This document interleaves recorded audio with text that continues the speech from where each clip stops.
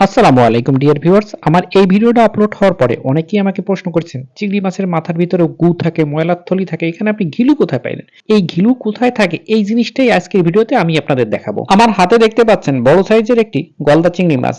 এখানে সবুজ গোল চিহ্নের ভিতরে আপনারা দেখতে পাচ্ছেন চিংড়ি মাছের মগজ, এবং লাল গোল চিহ্নের ভিতরে আপনারা যেটা দেখতে পাচ্ছেন এটা হচ্ছে ময়লার থলি। আর একটু ক্লিয়ার করে যদি আমি আপনাদের দেখাই, দেখেন আমি দুই ভাগে বিভক্ত করছি। মাঝখানে একদম ক্লিয়ার দেখা যাচ্ছে ঘিলু, এবং আমি এই ঘিলু থেকে কিভাবে ময়লাটা আলাদা করব দেখেন। আর এটাই হচ্ছে চিংড়ি মাছের একমাত্র ময়লার থলি।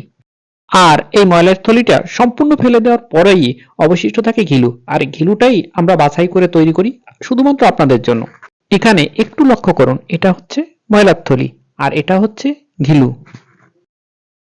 ডিয়ার ভিউয়ার্স, গলদা চিংড়ি থেকে আলাদা করা এই ফ্রেশ ঘিলু আপনারা শুধুমাত্র পেয়ে যাবেন চুইঝাল এক্সপ্রেসে।